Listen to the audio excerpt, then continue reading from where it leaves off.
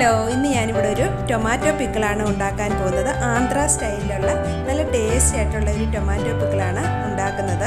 ഇതിൽ വിനീഗർ ഒന്നും ചേർക്കുന്നില്ല. നല്ല പെട്ടെന്ന് ഉണ്ടാക്കാൻ പറ്റുന്ന ഒരു പിക്കിളാണ്. അപ്പോൾ ഇതെങ്ങനെയാണ് ഉണ്ടാക്കുന്നതെന്ന് നോക്കാം. അതിനായിട്ട് ഞാനിവിടെ 6 ടൊമാറ്റോ എടുത്തിട്ടുണ്ട്. ഇത് നല്ലതുപോലെ കഴുകി വൃത്തിയാക്കി വെച്ചിരിക്കുന്നതാണ്. ഇതൊന്ന് ഡ്രൈ ചെയ്തെടുക്കണം. അതിനായിട്ട് ഒരു ടവൽ വെച്ചിട്ട് ഇതിലെ വെള്ളം നല്ലതുപോലെ തുടച്ച് മാറ്റണം. ഒട്ടും വെള്ളം പാടില്ല. വെള്ളമുണ്ടെങ്കിൽ പിക്കിൾ ചീത്തയാവും. ഇതുപോലെ എല്ലാ ടൊമാറ്റോയും ഒന്ന് ഡ്രൈ ആക്കി എടുക്കാം. അതിനുശേഷം ഇത് നല്ല ചെറുതായിട്ട് അരിഞ്ഞെടുക്കണം. ഇതുപോലെ ചെറിയ കഷ്ണങ്ങളായിട്ട് കട്ട് ചെയ്തെടുക്കുക.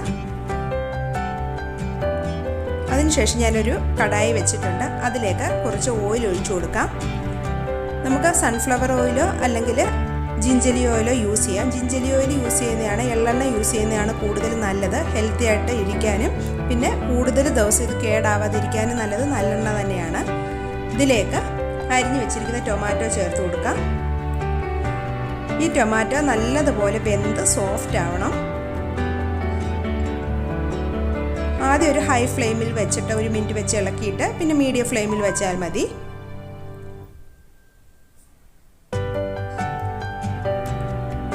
ഇതിൽ നിന്ന് വെള്ളമൊക്കെ ഇറങ്ങിയിട്ടുണ്ട്. ഈ സമയത്ത് നമുക്കിതിലേക്ക് 1/2 ടീസ്പൂൺ മഞ്ഞൾപ്പൊടി ഇട്ട് കൊടുക്കാം. ഈ മഞ്ഞൾപ്പൊടി ചേർത്തിട്ട് നല്ലതുപോലെ ഒന്ന് മിക്സ് ചെയ്ത് കൊടുക്കുക. അതിനുശേഷം ഇതിലേക്ക് നമുക്ക് പുളി ചേർക്കണം. ഒരു നാരങ്ങ വലുപ്പത്തിൽ, ചെറിയൊരു നാരങ്ങയുടെ വലുപ്പത്തിലുള്ള പുളിയാണ് ഞാൻ എടുത്തിട്ടത്. ഇത് ഇങ്ങനെ ഒന്ന് പിച്ചിട്ട് കൊടുക്കാം. ഈ പുളിയും കൂടെ ഈ ടൊമാറ്റോയിൽ കിടന്ന് നല്ലതുപോലെ അലിഞ്ഞ് ചേരണം. അതിനായിട്ട് ഇങ്ങനെ ചെറിയ പീസസ് ആയിട്ട് ഇതുപോലെ ഇട്ട് കൊടുക്കണം. ഇത് രണ്ടും കൂടെ നല്ലതുപോലെ വെന്ത് നല്ല സോഫ്റ്റ് ആവണം. അപ്പം ഇത് വേവാൻ തുടങ്ങിയിട്ടുണ്ട് നല്ലതുപോലെ. കുറച്ചും കൂടി ആ പുളിയൊക്കെ ഒന്ന് മെൽറ്റായി കിട്ടണം. ഇതിപ്പം വെന്തിട്ടുണ്ട്. ഇതുപോലെ നല്ലതായിട്ട് സോഫ്റ്റായി എണ്ണയൊക്കെ തെളിഞ്ഞിട്ടുണ്ട്. ഇത് സ്റ്റൗവിൽ നിന്ന് മാറ്റി തണുക്കാൻ വേണ്ടി മാറ്റി വെക്കാം. ഇനി ഞാനൊരു കടായി വെച്ചിട്ടുണ്ട്. അതിലേക്ക് 2 ടീസ്പൂൺ കടുക് ഇട്ട് കൊടുക്കണം. ഇതൊന്ന് ചൂടാക്കി എടുക്കാൻ വേണ്ടിയിട്ടാണ്. ഒരു മീഡിയം ഫ്ലെയിമിൽ വെച്ചാൽ മതി. പിന്നെ 1 ടീസ്പൂൺ ഉലുവായും കൂടി ഇട്ട് കൊടുക്കുകയാണ്. ഇത് രണ്ടും കൂടെ നല്ലതുപോലെ ഒന്ന് റോസ്റ്റ് ചെയ്തെടുക്കണം. നല്ലതുപോലെ ഒന്ന് വറുത്തെടുക്കുക. ഈ ഉലുവയുടെ ഒക്കെ ഒരു ബ്രൗൺ കളറായി നല്ലതുപോലെ ഒന്ന് മൂപ്പിച്ചെടുക്കണം. അതായത് ഉലുവയുടെ ഒക്കെ കളർ ചേഞ്ച് ആയി തുടങ്ങിയിട്ടുണ്ട്. നല്ലൊരു മണമൊക്കെ വരും ഈ സമയത്ത്.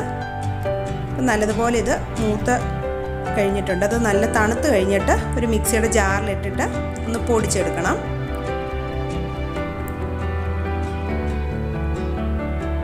ഇതാണ് ഇതിൻ്റെ പ്രധാനപ്പെട്ട മസാല. അപ്പോൾ ഇത് നല്ലതുപോലെ പൊടിച്ചെടുത്തിട്ടുണ്ട്. നല്ല മണമാണ് ഇത് ചേർത്ത് കഴിയുമ്പോൾ. ഇത് മാറ്റി വെക്കാം. ഇനി ഒരു കടായിലേക്ക് എണ്ണ ഒഴിച്ചു കൊടുക്കാം. കുറച്ച് അധികം എണ്ണ ഒഴിച്ചു കൊടുക്കണം. ഏകദേശം ഒരു 200 ml എണ്ണ നമ്മൾ ഒഴിച്ചു കൊടുത്തിട്ടുണ്ട്. ഇതിലേക്ക് ഇത് എണ്ണ ചൂടായി കഴിയുമ്പോൾ 1 ടീസ്പൂൺ കടുക് ഇട്ട് കൊടുക്കുക. കടുക് നല്ലതുപോലെ ഒന്ന് പൊട്ടിയതിന് ശേഷം ഇതിലേക്ക് കായത്തിൻ്റെ പൊടിയും കൂടെ ചേർത്ത് കൊടുക്കണം.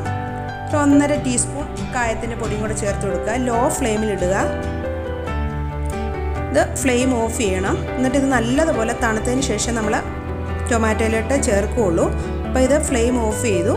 തണുക്കാൻ വെച്ചതിന് ശേഷം ഇപ്പോൾ ടൊമാറ്റോ ഇതും തണുത്തിട്ടുണ്ട്. ഇതിലേക്ക് 1.5 ടേബിൾ സ്പൂൺ മുളക് പൊടിയാണ്, എരിവുള്ള മുളക് പൊടിയാണ് ചേർത്ത് കൊടുക്കുന്നത്. പിന്നെ ഇതിലേക്ക് 2 ടേബിൾ സ്പൂൺ ഉപ്പും കൂടെ ചേർത്ത് കൊടുക്കുകയാണ്. ആദ്യം നമുക്ക് ഇതെല്ലാം കുറച്ച് ചേർത്താൽ മതി. കാരണം ഇതിൽ ഒരുപാട് നല്ലോണം അബ്സോർബ് ആവും. അതുപോലെ തന്നെ പൊടിച്ച് വെച്ചേക്കുന്ന കടുകും ഉലുവയുടെ പൊടിയും കൂടെ ചേർത്തിട്ട് നല്ലതുപോലെ മിക്സ് ചെയ്ത് കൊടുക്കുക. ഇപ്പോൾ ഇതിൻ്റെ ടേസ്റ്റ് നമുക്ക് ശരിക്കും അറിയാൻ പറ്റത്തില്ല. ഇത് നല്ലതുപോലെ തണുത്തതിന് ശേഷം കുപ്പിയിലേക്ക് ഇടുന്നതിന് മുമ്പായിട്ടാണ് ഒന്നും കൂടി ഇതെല്ലാം മുളക് പൊടിയൊക്കെ നമുക്ക് നോക്കേണ്ടത്. ഇതിൽ ഈ ടൊമാറ്റോയിൽ നല്ലതുപോലെ ഉപ്പും എരിവൊക്കെ അബ്സോർബ് ചെയ്യും. ഇനി ഇതിലേക്ക് ആദ്യം കടുക് പൊട്ടിച്ച് വെച്ച് എണ്ണയും കൂടെ ചേർത്ത് കൊടുക്കുക. ഇത് നല്ലതുപോലെ തണുത്തതിന് ശേഷം ഇത് രണ്ടും ചേർക്കാവൂ. ടൊമാറ്റോയുടെ മിക്സും തണുക്കണം. എണ്ണയും കടുക് പൊട്ടിച്ച എണ്ണയും തണുത്തതിന് ശേഷം ഇത് രണ്ടും കൂടെ മിക്സ് ചെയ്യാവൂ.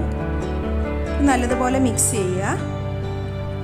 ഇതിൽ നമ്മൾ വിനീഗർ ഒന്നും ചേർക്കുന്നില്ല. ഇപ്പം നല്ലെണ്ണയാണെങ്കിൽ കൂടുതൽ ദിവസം വെക്കും. അല്ല സൺഫ്ലവർ ആണെങ്കിലും ഒരാഴ്ച നമ്മൾ വെളിയിൽ വെച്ചിട്ട് പിന്നെ ഫ്രിഡ്ജിൽ വെച്ച് സ്റ്റോർ ചെയ്താലും മതി.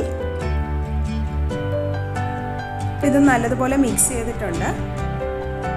ഇനി ഇതിൻ്റെ ഉപ്പൊന്ന് നോക്കണം. ഇതിൽ കുറച്ച് ഉപ്പിൻ്റെ കുറവുണ്ട്. ഇതിലേക്ക് ഞാൻ 1 ടേബിൾ സ്പൂൺ ഉപ്പും കൂടെ ചേർക്കുകയാണ്. 3 ടേബിൾ സ്പൂൺ ഉപ്പ് ചേർത്തിട്ടുണ്ട്. ഇതിൽ നല്ലതുപോലെ ഉപ്പ് പിടിക്കും. ഇനി ഞാനിത് നല്ലതുപോലെ മിക്സ് ചെയ്തതിന് ശേഷം ഈ പാത്രത്തിൽ തന്നെ ഒരു 2-3 മണിക്കൂർ അടച്ചു വെച്ചതിന് ശേഷം ഒന്നും കൂടെ നോക്കും. എരിവും ഉപ്പും ഒക്കെ ഒന്നും കൂടെ നോക്കിയിട്ട് കുപ്പിയിലേക്ക് ആക്കുകയുള്ളൂ. അപ്പോൾ നമ്മുടെ അച്ചാർ റെഡി ആയിട്ടുണ്ട്. നല്ല ടേസ്റ്റി ആയിട്ടുള്ള അച്ചാർ ഇഷ്ടമില്ലാത്തവർക്ക് പോലും ഇഷ്ടപ്പെടുന്ന ഒരു അച്ചാറാണിത്. നല്ല ടേസ്റ്റി ആയിട്ടുള്ളൊരു അച്ചാറാണ്. ഇത് ആന്ധ്ര സ്റ്റൈലിൽ ഉണ്ടാക്കിയിരിക്കുന്ന അച്ചാറാണിത്. അപ്പോൾ നിങ്ങൾക്ക് എൻ്റെ വീഡിയോ ഇഷ്ടമായെന്ന് കരുതുന്നു. Thanks for watching. ഇനി ഞാൻ നല്ലൊരു വീഡിയോയുമായി വരുന്നതായിരിക്കും. ബൈ.